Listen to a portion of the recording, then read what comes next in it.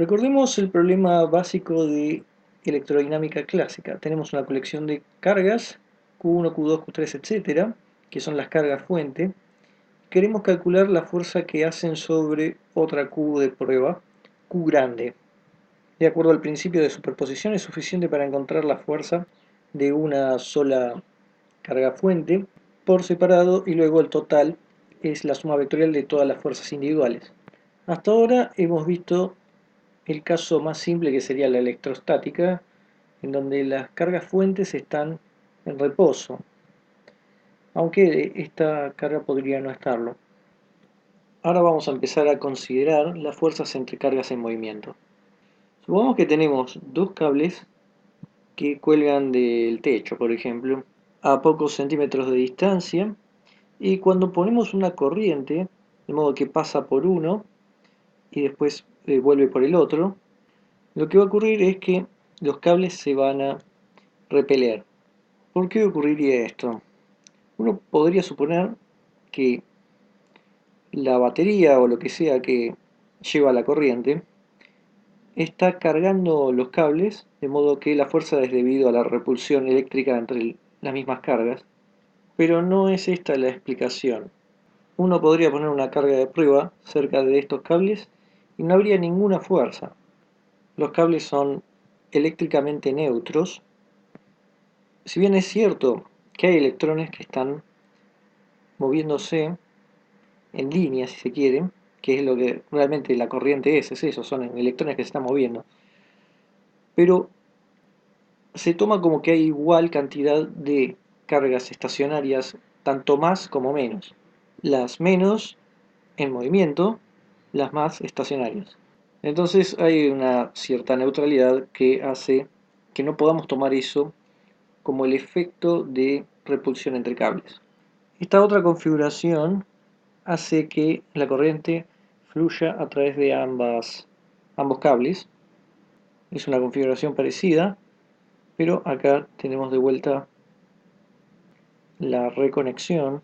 Pero hay que tener en cuenta la diferencia acá entre lo azul y lo verde.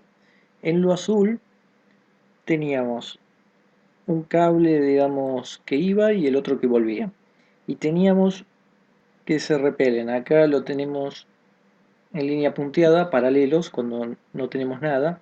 Para cuando tenemos el flujo de carga se repelen. Pero en esta otra configuración, en esta zona justo los tenemos paralelos y además yendo en la misma dirección. Y ahí se van a atraer. Entonces acá se repelen y acá se atraen. Entonces estas son algunas características que vamos a ir teniendo para identificar la fuerza que causa esto. No va a ser de naturaleza electrostática, sino que esto va a tener que ver justamente con la fuerza magnética. Entonces es importante decir que la carga estacionaria genera un campo eléctrico. Y ahora vamos a tener que carga en movimiento genera el campo magnético que lo llamamos B larga. El nombre elegido B es por Maxwell, es una de las historias que se cuenta sobre por dónde viene B, hay varias, pero Maxwell varias magnitudes las ordenó alfabéticamente y el campo magnético quedó como en el nombre B. Los campos magnéticos son más fáciles de detectar en la práctica si tenemos en cuenta, por ejemplo, la brújula. No es importante decir cómo funciona la brújula, pero el hecho de que siempre apunte en la dirección norte es porque está apuntando en la dirección del campo magnético local, porque está respondiendo al campo magnético de la Tierra, pero en un laboratorio uno podría eh, tener otros campos magnéticos y la aguja se moverá. Es importante aclarar que las cargas en movimiento también generan campos eléctricos, pero adicionalmente, esto es lo que importa, genera campo magnético. ¿Qué ocurre cuando pasa la corriente entonces por las brújulas o perpendicular, en este caso a las brújulas? Vamos a ver cómo se mueve la aguja. El movimiento que tienen las agujas también está relacionado con la dirección, si es hacia arriba o hacia abajo. Es decir, que el movimiento no apunta en la dirección del cable, sino que está haciendo círculos alrededor del cable. Nos referimos a si uno toma el cable con su mano derecha y el pulgar en dirección de la corriente, entonces los dedos se pueden mover en una sola dirección hacia adentro, que es la del campo magnético. ¿Cómo es que este campo puede llevar a una fuerza de atracción a una corriente paralela? Como habíamos dicho, en este caso, en la situación de los dos cables paralelos, supongamos que va para arriba y el otro cable también, la corriente va hacia arriba.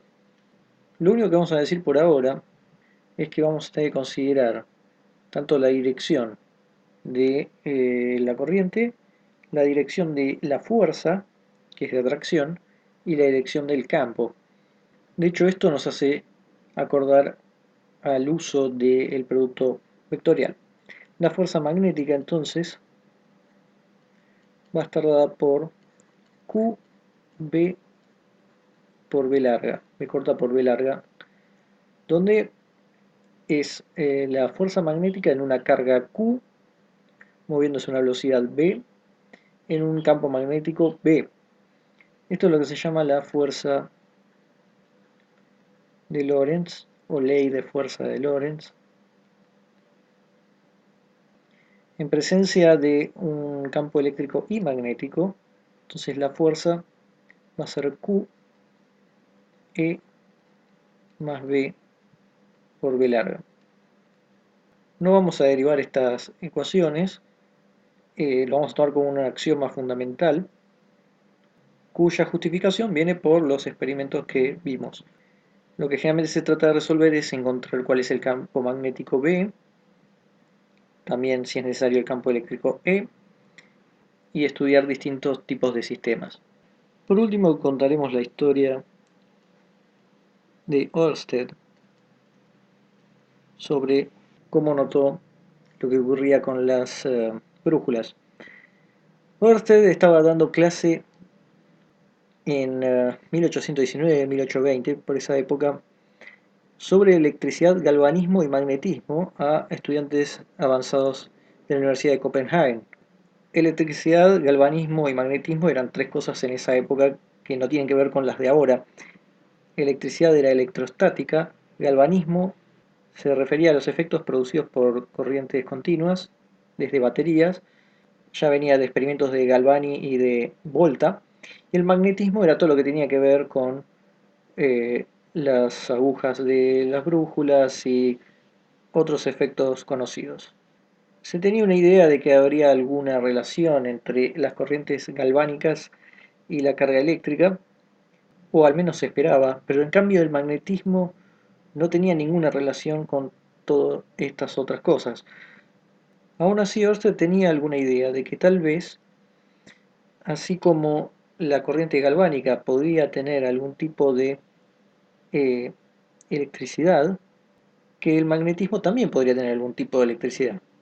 Lo que se dice entonces es que antes de empezar una clase hizo el experimento de pasar una corriente galvánica a través de un cable que estaba por arriba y en ángulos perpendiculares a una brújula. Es decir, que entre el cable y la aguja estaba perpendicular, supongamos que estaba puntando para ese lado. Y acá está la brújula. En ese caso no tuvo efecto, pero después de la clase algo le hizo que intente el experimento con el cable pasando paralelo al, a la aguja. Y ahí sí, la aguja se movió de un lado cuando la corriente iba en una dirección y hacia el otro lado cuando iba en la otra dirección. De esta forma es como empieza a relacionarse el magnetismo con la electricidad.